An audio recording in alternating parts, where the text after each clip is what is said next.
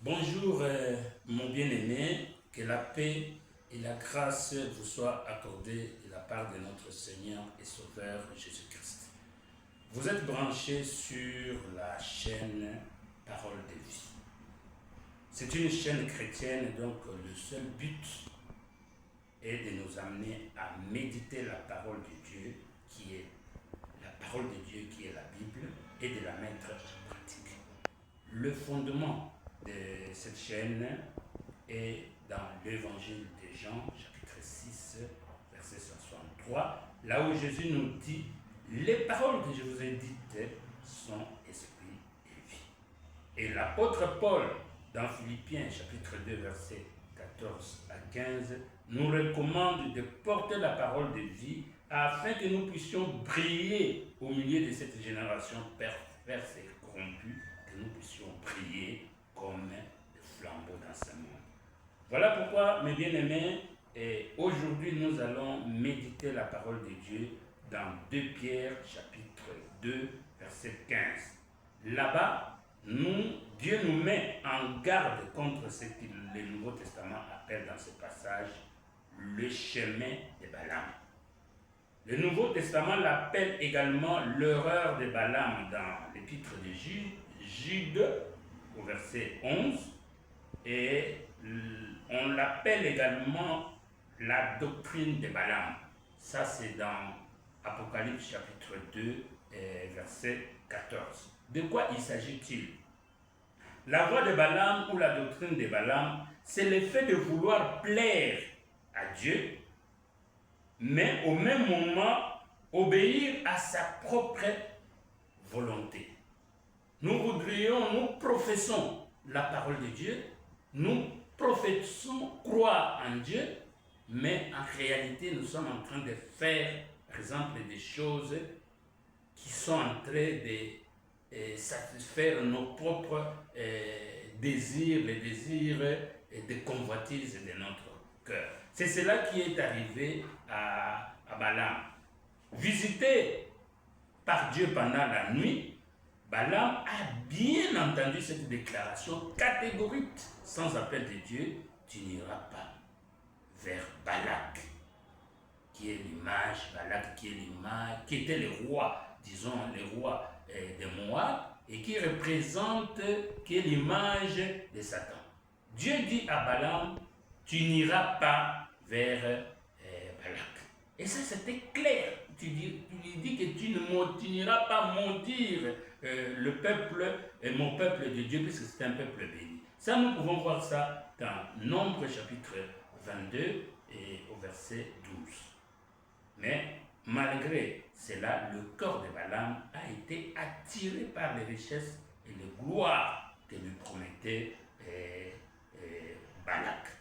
Donc nous aussi, mes bien-aimés, nous nous retrouvons souvent en tant qu'enfants de Dieu, nous nous retrouvons dans ce genre de situation, là où Dieu nous parle clairement qu'il ne faut pas faire ceci, il ne faut pas faire cela, voici ma volonté, mais en réalité dans la pratique, tout en professant cette parole de Dieu, mais en pratique nous allons faire autre chose que ce que Dieu veut réellement. C'est cela la voie ou la doctrine de Balaam. C'est une voie, je peux dire, de ceux qui mènent une double vie. C'est-à-dire, vous avez une vie, vous professez la parole de Dieu, vous connaissez comme Balaam, vous connaissez exactement les paroles de Dieu à propos d'Israël. C'est lui qui a même déclaré que la divination ne peut rien contre les enfants de Dieu. Et voilà que dans la pratique, son cœur l'a poussé à aller ailleurs. Et voilà, et pour cela, il a tiré par les richesses que lui promettait Balaam et Balak et les gloires. Il est parti. Quand il a reçu les serviteurs de Balak, sachant que Dieu lui a déjà parlé, mais il va encore dire, bon, attendez, passez la nuit ici, et je veux voir ce que Dieu va encore me parler à ce propos. Alors que Dieu lui a déjà parlé. Il arrive des fois comme ça que Dieu nous a déjà parlé. Au lieu que nous puissions prendre la décision directement d'abandonner ces choses-là et de suivre Dieu, nous allons dire, non, écoutez, je vais encore attendre que Dieu me parle encore. Oh, Dieu a déjà parlé. Donc voilà, mes bien-aimés, il nous arrive ce genre de situation et effectivement, Balaam est parti au grand mécontentement de Dieu. Balaam est parti vers Balak et est arrivé là-bas. Il a voulu maintenant établir des autels où il va sacrifier. Vous imaginez, il va aller sacrifier des taureaux et des béliers, tout ça dans le but de vouloir faire revenir Dieu sur ce que Dieu a déjà dit. Il pensait qu'avec les prières qu'il va faire, avec les sacrifices qu'il va faire, Dieu va encore parler d'une autre manière. Alors que Dieu a déjà parlé. Et voilà, il va établir, il va s'amener sur des différentes montagnes là-bas pour pouvoir chercher la volonté de Dieu alors que Dieu a déjà parlé. Bien-aimés, Dieu nous met en garde contre ces choses-là.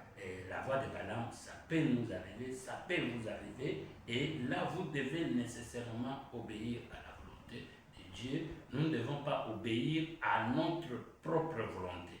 La propre volonté, c'est ça la voie de la perdition. Nous devons obéir en tant qu'enfants de Dieu. Quand Dieu a déjà parlé, nous devons obéir dans la totalité de la parole de Dieu. Donc ça ne sert à rien de vouloir aller faire des veillées, des prières, faire des jeûnes, des journées entières de jeûnes ou de prières pour chercher que Dieu vous parle encore. Je voudrais que Dieu me parle, je voudrais que Dieu me parle, que Dieu me précise. Dieu a déjà parlé. Donc tout cela, ça montre que votre cœur est en train de résister, il ne veut pas faire la volonté de Dieu. Voilà pourquoi, mes bien-aimés, je voudrais vous dire qu'une fois de plus, que la voie, disons, de Balaam, la doctrine de Balaam, c'est une doctrine qui nous amène à la perdition éternelle. Que puisse cette parole de vie prendre place dans ton cœur et que Dieu te bénisse. Je vous demande tout simplement que ce message-ci, vous puissiez la transférer, que vous puissiez l'envoyer à d'autres personnes, partager le plus grand nombre. Et nous allons nous revoir